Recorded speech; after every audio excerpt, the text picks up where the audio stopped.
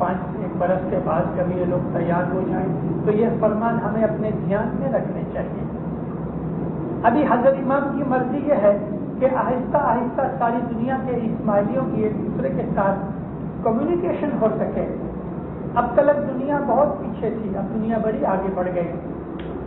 میں کچھ 6-7 دفعہ امریکہ اور کینیڈا کی مسافری کی، مگر اس دفعہ کینیڈا اور امریکہ کے اندر بہت سی چیزوں کی ترقی دیکھ کے میرا بڑا دل خوش ہوا. 27,000 اسماعیلی ہیں کینیڈا میں، 5-6 ہزار جتنے امریکہ کے اندر ہیں. میں شکاگو گیا، 1800 آدمیوں کی جماعت ہے. تو جماعت کو دیکھ کے میں نے جب شکلیں دیکھی تو پوچھا پاکستانی کتنے ہو، ہاتھ اونچے کرو. 1300 پاکستانی ہیں جماعت میں. وہاں وہ موسٹلی اسٹوڈنٹس ہیں، اسٹوڈنٹ کا ویزا لے کے چلے جاتے ہیں، کام بھی کرتے ہیں، سیکھتے بھی ہیں. جماعت پھیل رہی ہے دنیا کے اندر. تو سنگاپور بھی ایک ایسی جماعت ہے آسٹریلیا کی طرح. حضرت امام نے فرمایا کہ آسٹریلیا کے اندر دوسرے آدمیوں کے آنے کے لیے پاسبلٹیز ہیں، ممکنات ہے. فرمایا کہ جس طرح سے کہ کینیڈا کے اندر ہزاروں آدمی ایک ساتھ چلے گئے، آسٹریلیا کے اندر اس طرح ہزاروں آدمی نہیں آ سکتے، لیکن یہاں اور بھی جماعت کے لوگ ادھر آویں تو یہاں بچ سکتے ہیں، اچھی طرح سے کمائی ان کو ہو سکتی ہے، روزی روزگار مل سکتا ہے، اور آسٹریلیا کے اندر لوگ آ سکتے ہیں. بابا فرمایا اس کی پاسبلٹی ہے اور میں یہ بات کو قبول اور منظور رکھتا ہوں. آسٹریلیا کے اندر پاسبلٹیز ہیں.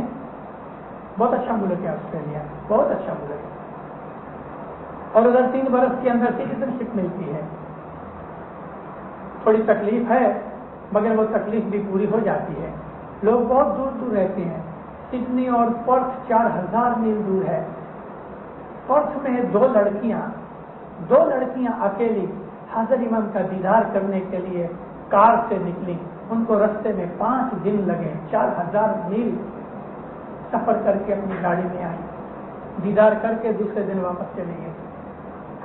میں نے ان کو بہت دعا دی، بہت شاباشی دی کہ دیکھو یہ ایک اسماعیلی ہمت ہے یہ کہ 4000 میل کا سفر گاڑی میں کر کے صرف 2 اکیلی لڑکیاں، کوئی لڑکا نہیں، کوئی مرد ان کے ساتھ نہیں تھا. اور وہ دونوں لڑکیاں ادھر پرتھ میں رہتی ہیں، اکیلی رہتی ہیں. 2 بہنیں ہیں، ایک نرس ہے اور دوسری ٹیچر ہے. وہاں ٹیچرز کے لیے بہت سا اسکوپ ہے آسٹریلیا کے اندر. سڈنی کے اندر اپنی بڑے میں بڑی جماعت ہے، 80 اسماعیلی ہیں وہاں. مولانا حاضر امام سڈنی آئے تھے، صاحب گئے تو کینبرا میں تھے اور ملبورن کے اندر گھوڑے کی ریسز کے لیے، مگر جماعت کو فرمان کیا کہ میں تمہیں آ کے ملوں گا. 7ویں تاریخ کو صاحب آئے اور 3 گھنٹے جماعت کے ساتھ ٹھہرے. چھوٹی سی جماعت ہے، بہت مزہ آیا. فرمان تو آپ نے سنے ہیں اس کے. انشاءاللہ کبھی مولا کی آپ کے اوپر بھی رحمت ہوگی، مولا کسی دن سنگاپور بھی آئے گا، انشاءاللہ آئے گا. تو آپ اپنے مذہب کے اوپر جو مستقیم رہو. اور دوسری بڑی چیز یہ ہے کہ ہمیں آپس کے اندر بہت اتفاق محبت سے رہنا چاہیے. بہت ہمارے اندر بہت صلاح محبت ہونی چاہیے. ایک یونٹ کی طرح، ایک فیملی کی طرح رہنا چاہیے. ہم اپنے مین اسٹریم سے بہت دور رہیں. آج اس وقت دنیا کے اندر بڑے میں بڑی جماعت جو ہے، یعنی خوجہ اسماعیلیوں کی جماعت کبھی لے لیں تو کراچی کی جماعت ہے کہ 85,000 سے 90,000 اسماعیلی ہیں. تو بھی کراچی یہاں سے کافی دور ہے. تو دینداروں جہاں بھی آپ رہو، مولا کا جو راستہ ہے وہ نہیں چھوڑنا چاہیے. مولانا حضرت امام کے ان حالات اور فرمانوں کے اوپر جو میں نے آپ کو سنائے، لندن کی آپ کو 1-2 باتیں کروں جس سے دل خوش ہو جائے. امام نے لندن کے اندر جو 7 دن فرمان کیے، ان 7 دنوں کے اندر یہ جو فرمان میں نے آپ کو سنائے، اس کے علاوہ 7 دن ہر روز 4 فرمان کرتے رہے، ہر روز. اور وہ فرمان یہ تھے کہ تم اپنے مذہب کے اوپر پکے رہو. کہیں بھی رہو، کسی بھی ملک میں رہو، کسی بھی شہر میں رہو، کسی بھی حالت میں رہو، مگر اپنے مذہب کے اوپر پکے رہو. دوسرا ماں باپ فرمایا کہ بی یونائٹڈ، ہل مل کے رہو، محبت کے ساتھ رہو. تیسری بات ماں باپ فرمائی جماعت خانے کی خدمت کرو. ہر روز جہاں جماعت خانے نہیں ہیں تو مہینے میں ایک دفعہ بھی ایسی جگہ ہیں کہ جہاں مہینے میں ایک دفعہ ملتے ہیں. مثال کہ ادھر نیوزی لینڈ کے اندر ہیملٹن ایک جگہ ہے کہ جہاں صرف 2 ہی فیملیاں ہیں. تو وہ لوگ 80 میل دور جا کے مہینے میں ایک دفعہ آکلینڈ میں جا کے وہاں ملتے ہیں. وہاں مہینے میں ایک جماعت خانہ کھلتا ہے ایک دفعہ. مگر ابھی میں ان کو بول کے آیا پرومس بھی لیا مٹھی کامڑیا سے. میں نے کہا کہ مذہب کے لیے دکھ اٹھانا تو بڑی بات نہیں, تو کم از کم ہفتے میں ایک دن ضرور جماعت خانہ کھولو. اور انہوں نے پرومس کیا کہ آج سے ہر جمعے کو جماعت خانہ بنائیں گے. اور وہ جو 80 میل دور رہنے والے ہیں انہوں نے بھی کہا کہ ہم خود ادھر سے آیا کریں گے. تو مولا فرمایا جماعت کی خدمت کرو, جہاں بھی ہو, جس حالت میں بھی ہو, جتنی بھی بن سکے جماعت کی خدمت کرو, ایک دوسرے کی مدد کرو. چوتھی چیز جو امام نے فرمائی جس کے اوپر بڑا وزن دیا, امام فرمایا کہ تمہاری جو مشرقی روایات ہیں جس کو ہم انگلش میں کہتے ہیں ایسٹرن ٹریڈیشن, تمہاری پرانالیکا جو ہے ان کو کبھی مت چھوڑنا. تم کسی بھی ملک میں رہو, یورپ میں رہو کہ کینیڈا میں رہو کہ امریکہ میں رہو, اپنی پرانالیکا, اپنی ٹریڈیشن اور روایات کو نہیں چھوڑنا. ان روایات کی بات کروں کہ ہم جماعت خانے میں نیچے بیٹھتے ہیں. پہلے ایسا تھا یورپ میں بعض جگہ کرسیاں رکھتے تھے, اب نکل گئی کیونکہ ہماری یہ روایت ہے اور ہماری ایک عادت ہے کہ ہم زمین پہ بیٹھ کے عبادت کرتے ہیں, کرسیوں پہ بیٹھ کے نہیں.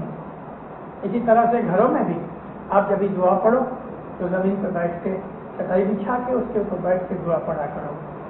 یہ ہماری روایات میں سے ہے کہ ہم لوگ جہاں بھی ہیں اپنے جماعت خانوں کے اندر بن سکتا ہے جتنا چاہا کرتے ہیں. جماعت خانہ ہمارے لیے ایک مرکزی جگہ ہے. اسی طرح سے ہماری سوشل روایات میں یہ ہے کہ کینیڈا کے اندر, امریکہ کے اندر چھوٹے بچے ہیں وہ سب انگلش بولتے ہیں. اب وہ جو بڑے ہو جائیں گے ان کے جو بزرگ والدین ہیں جب بھی گزر جائیں گے تو 100 برس کے بعد گجراتی نکل جائے گی, اردو نکل جائے گی, کچھی نکل جائے گی. وہ بالکل مکس ہو جائیں گے وہاں کی امریکن قوم کے اندر. امام کو یہ چیز نہیں چاہیے.